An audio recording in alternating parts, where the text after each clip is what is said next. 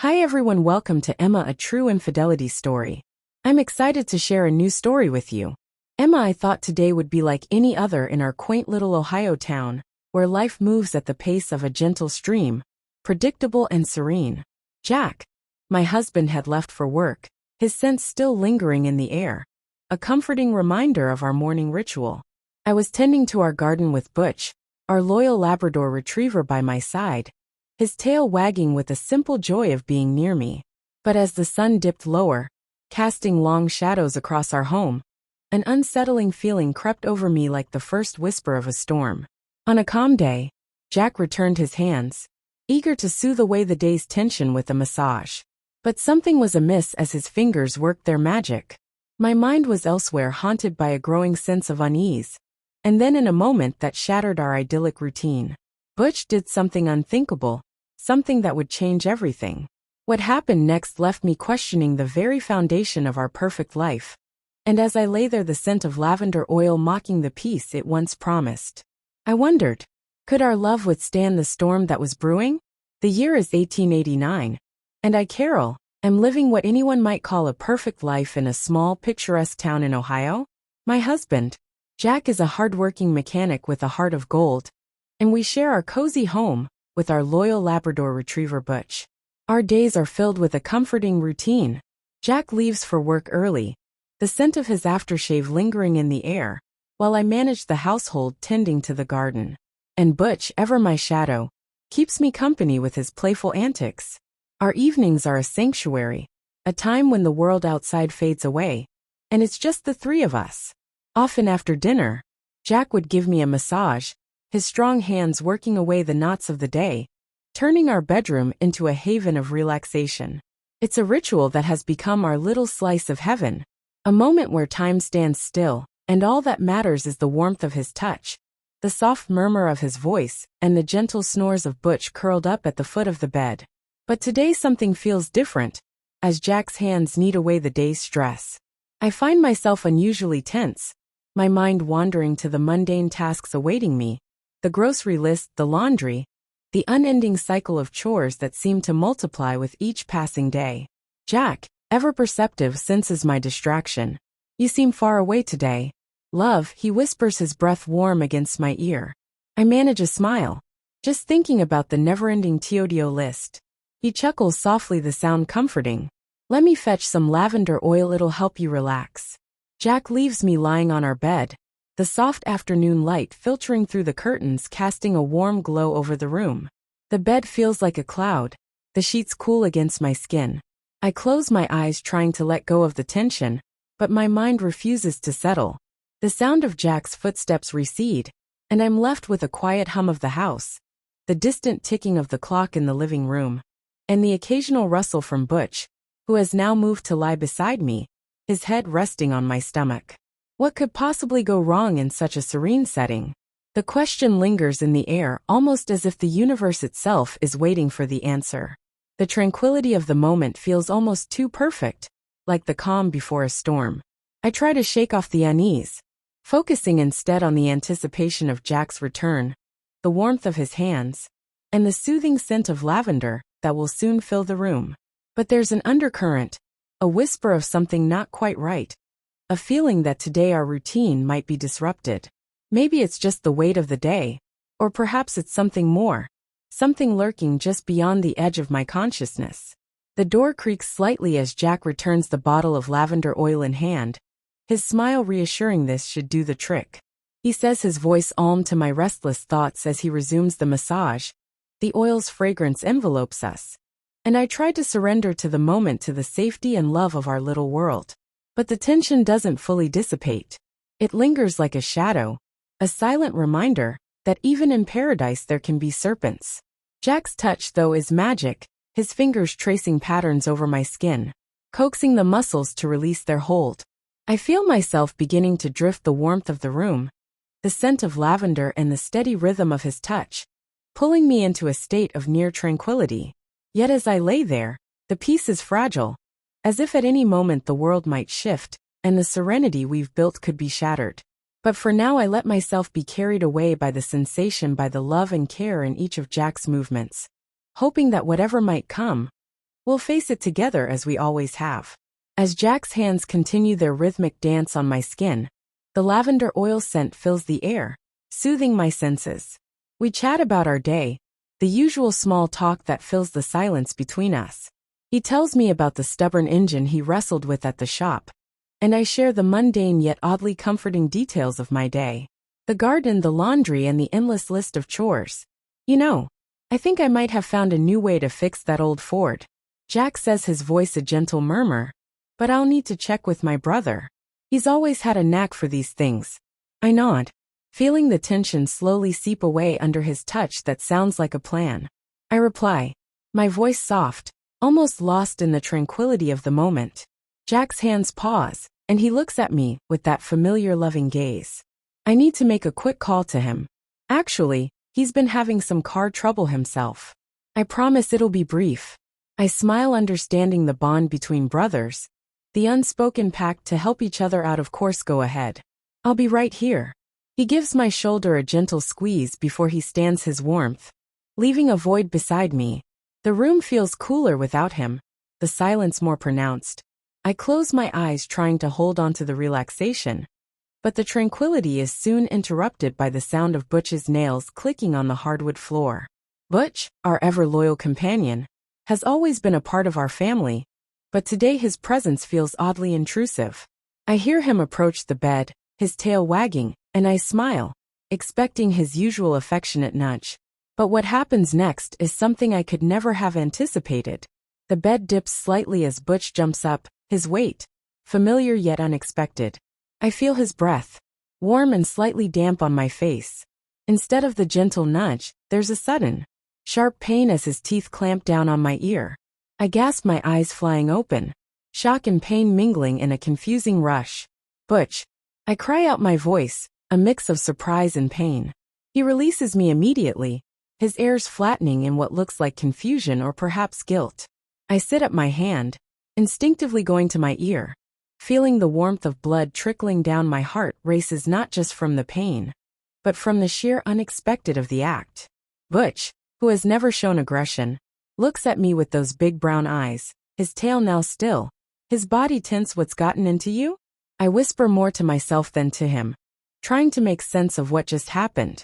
The room feels different, now charged with an energy that wasn't there before. The lavender scent, once soothing, now seems to mock the peace it promised. I glance towards the door, half expecting Jack to return to make sense of this sudden shift in our serene world. Butch whines softly, his head lowering, and I reach out to him, my hand trembling slightly. He allows me to touch him, his body trembling under my fingers.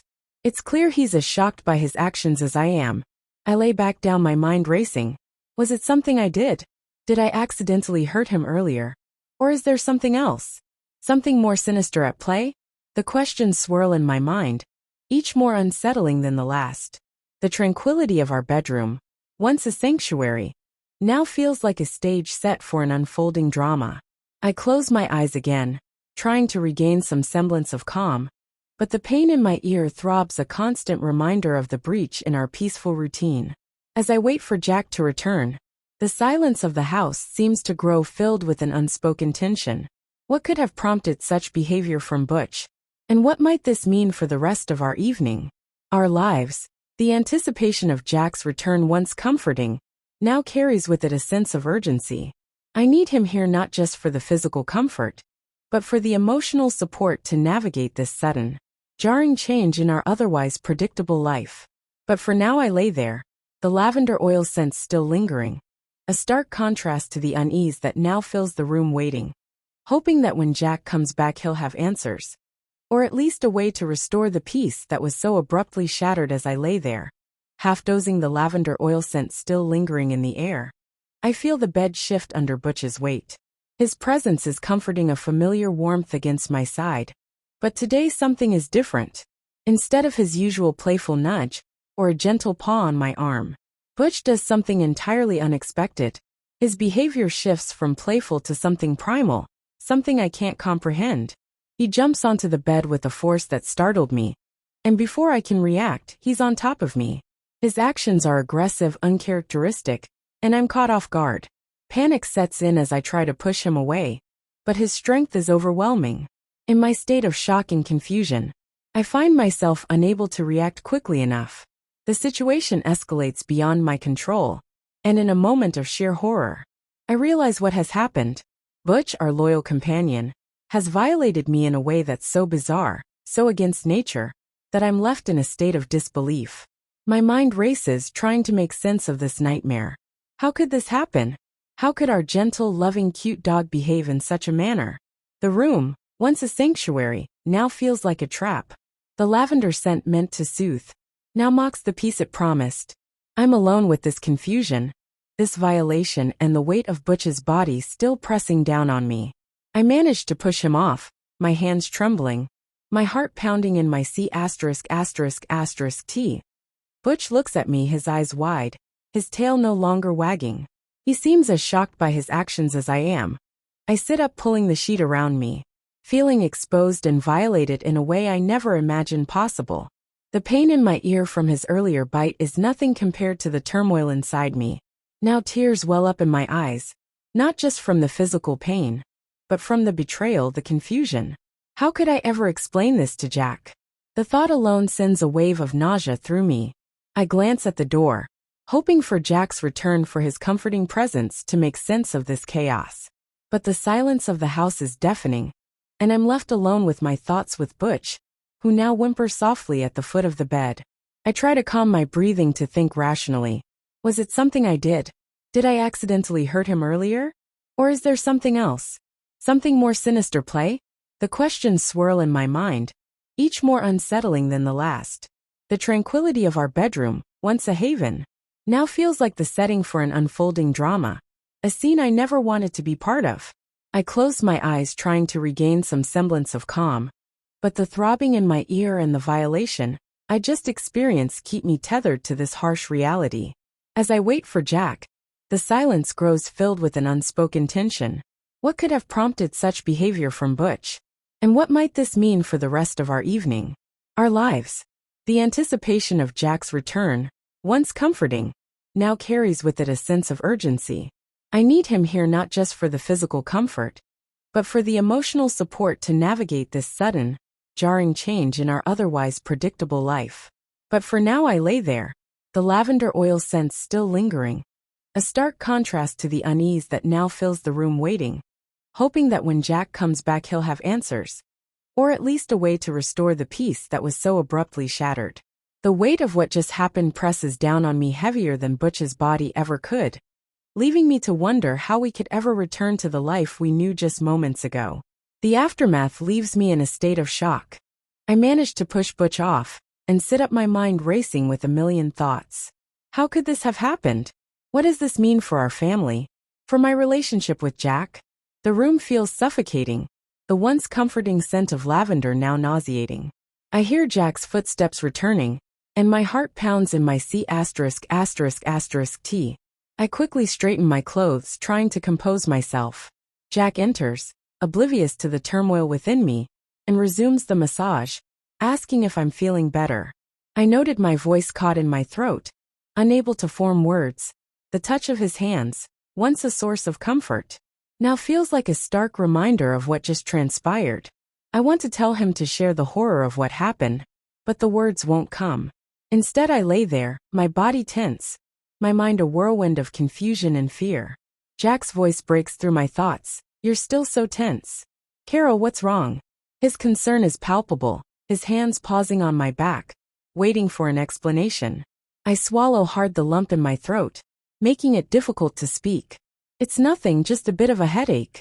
I lie, the words tasting bitter on my tongue. He resumes the massage, his touch gentle, trying to ease the knots that have formed not just in my muscles but in my soul. Each stroke feels like an interrogation, a silent plea for me to open up, to share the unspeakable.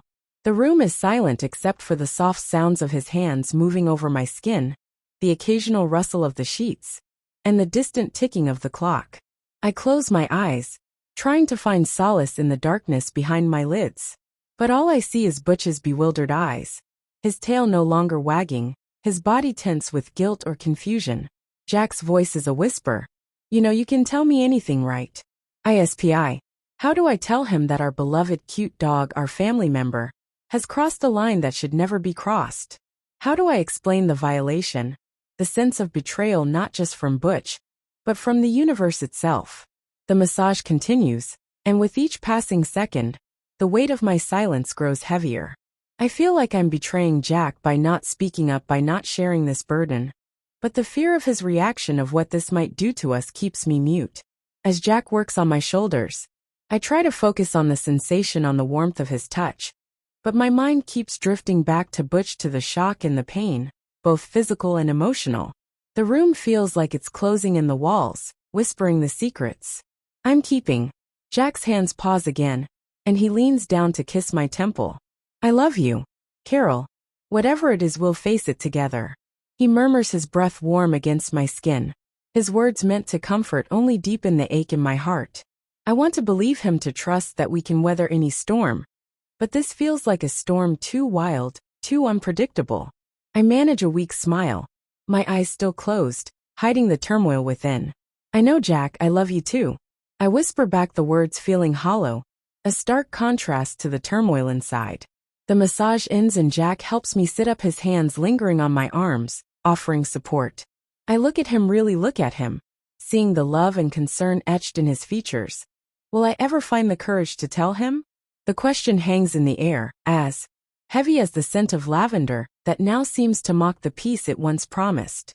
As he leaves the room to wash his hands, I'm left alone with my thoughts, with Butch, who now lies quietly at the foot of the bed, his head on his paws, looking up at me with those big brown eyes. The silence between us is charged, filled with unspoken apologies and confusion. I reach out to him, my hand trembling, and he allows me to stroke his head, his body still trembling slightly. It's clear he's as shocked by his actions as I am. But the bond we shared, the trust, feels shattered, replaced by a chasm of uncertainty. The tranquility of our bedroom, once a haven, now feels like a stage set for an unfolding drama, a scene I never wanted to be part of. I close my eyes again, trying to regain some semblance of calm, but the throbbing in my ear and the violation I just experienced keep me tethered to this harsh reality. As I wait for Jack to return, the silence of the house seems to grow, filled with an unspoken tension. What could have prompted such behavior from Butch, and what might this mean for the rest of our evening, our lives? The anticipation of Jack's return, once comforting, now carries with it a sense of urgency.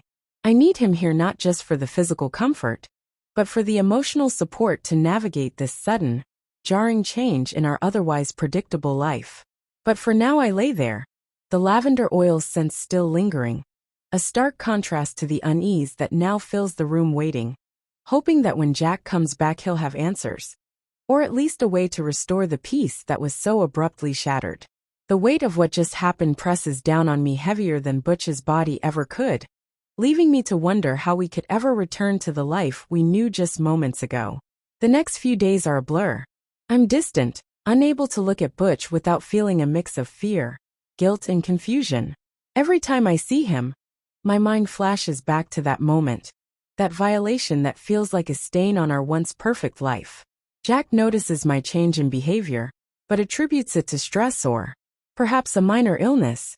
He's always been so caring, so attentive, but this time his concern feels like a spotlight on my secret, making it harder to bear.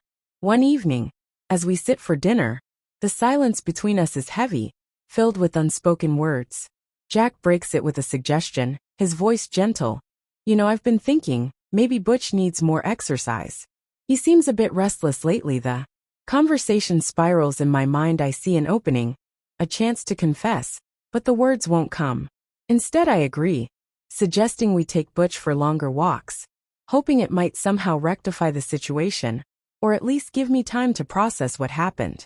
That's a good idea, I managed to say, my voice sounding foreign into my own ears. Maybe some fresh air would do us all some good. Jack nods, his eyes searching mine for something more. Some explanation for my distant demeanor. I'll take him out after dinner. Maybe you could join us. I know, but inside I'm screaming. Can a walk really fix what's been broken? The thought of being near Butch, of pretending everything is normal, feels like a betrayal to myself, to our life together. But I can't bring myself to tell Jack. The fear of his reaction of what it might do to us keeps me silent after dinner. We head out. The evening air is cool, the sky painted in hues of orange and pink. As the sun sets, Butch trots ahead, his tail wagging, seemingly oblivious to the turmoil he's caused. Jack holds my hand, his touch warm and comforting, yet it feels like a reminder of what I'm hiding from him. We walk in silence for a while. The only sounds are our footsteps and the occasional bark from Butch as he chases after a squirrel or sniffy at something interesting. I try to focus on the beauty around us, the peace of our small town, but my mind keeps drifting back to that day, to the shock and the pain. Jack finally speaks, his voice low. "You've been quiet lately. Carol, is there something you want to talk about?" I look at him, really look at him, seeing the love and concern etched in his features. The words are on the tip of my tongue, but they refuse to form. "It's just I've been feeling a bit off," I say, the lie tasting bitter. "Maybe I'm coming down with something." He squeezes my hand. "If you're not feeling well, we should head back. You need rest." I shake my head. "No, let's keep walking. I think it's helping." But as we continue, each step feels like a step further from the truth, from the life we once knew. The walk meant to be healing feels like a charade, a performance of normalcy that I'm not sure I can keep up. Butch, sensing the tension, perhaps comes back to us. His head lowered, his eyes looking up at me with what seems like an apology. I reach out to him, my hand trembling, and he allows me to stroke his head. His body trembled under my touch, and I'm reminded of how he looked after that incident. Confused and guilty, the walk ends and we return home. The silence between us now even more palpable. Jack suggests I rest while he takes care of Butch, giving him his dinner and settling him down for the night. I watch them, my heart aching. How can I reconcile the love I have for both of them with the horror of what happened lying in bed? I close my eyes, trying to find solace in the darkness. But all I see is Butch's bewildered eyes, his tail no longer wagging, his body tense with guilt or confusion. The tranquility of our bedroom, once a haven, now feels like a stage set for an unfolding drama, a scene I never wanted to be part of. As I wait for sleep to take me, the silence of the house seems to grow, filled with an unspoken tension. What could have prompted such behavior from Butch, and what might this mean for the rest of our evening? Our lives. The anticipation of Jack's return, once comforting, now carries with it a sense of urgency. I need him here, not just for the physical comfort, but for the emotional support to navigate this sudden, jarring change in our otherwise predictable life. But for now I lay there, the lavender oil scent still lingering, a stark contrast to the unease that now fills the room, waiting, hoping that when Jack comes back he'll have answers, or at least a way to restore the peace that was so abruptly shattered. The weight of what just happened presses down on me, heavier than Butch's body ever could, leaving me to wonder how we could ever return to the life we knew just moments ago. Weeks have passed since that unsettling day, and life has settled into a new kind of normalcy. I've managed to compartmentalize the incident, pushing it into the darkest corners of my mind, yet it lingers, a silent specter in our home. Jack and I continue our routines, but there's an unspoken distance now, a barrier I've built to protect him from the truth. One day while cleaning, I find the lavender oil bottle. The memories flood back, vivid and unwelcome. I decide then that some truths are better left unsaid. I pour the oil down the sink, watching it swirl away, symbolizing my decision to let go of the past. That evening, Jack comes home, his presence filling the house with warmth. He wraps his arms around me, and I lean into his embrace, feeling the comfort of his touch.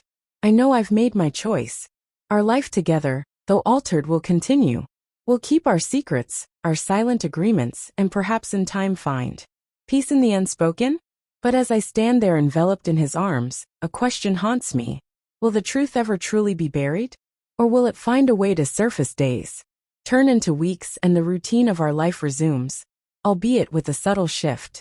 I find myself more attentive to Jack's needs, perhaps as a way to compensate for the secret I hold. We laugh, we share, but there's a part of me that remains distant, a part that's forever changed by that afternoon. One evening, as we sit on the porch watching the sunset, Jack's hand finds mine. "You've been different, Carol," he says softly, his gaze fixed on the horizon. "I feel like there's something you're not telling me." My heart skips a beat, the weight of my secret pressing down. It's nothing, Jack, just life, I guess, I reply, my voice barely above a whisper. He nods, but his eyes linger on me, searching. I look away, unable to meet his gaze, fearing he might see the truth reflected in my eyes. The next day, while I'm in the garden, Butch comes to sit beside me. His presence, once comforting, now stirs a mix of emotions. I stroke his fur, feeling the familiar texture under my fingers, but the bond feels strained, like a thread pulled too tight. Jack joins us, his shadow falling over me. I was thinking, he starts, his voice cautious. Maybe we should take Butch to the vet. He's been acting out of sorts. My stomach churns. Could this be the moment? Could this be the catalyst that forces the truth out? Maybe I manage my voice neutral. He does seem a bit off. Jack's suggestion hangs in the air, a potential opening to reveal everything. But I can't. The fear of losing what we have, of seeing the love in Jack's eyes turn to something else, keeps my lips sealed. That night, as we lie in bed, the silence between us is palpable. Jack reaches for me, his touch, gentle, seeking connection. I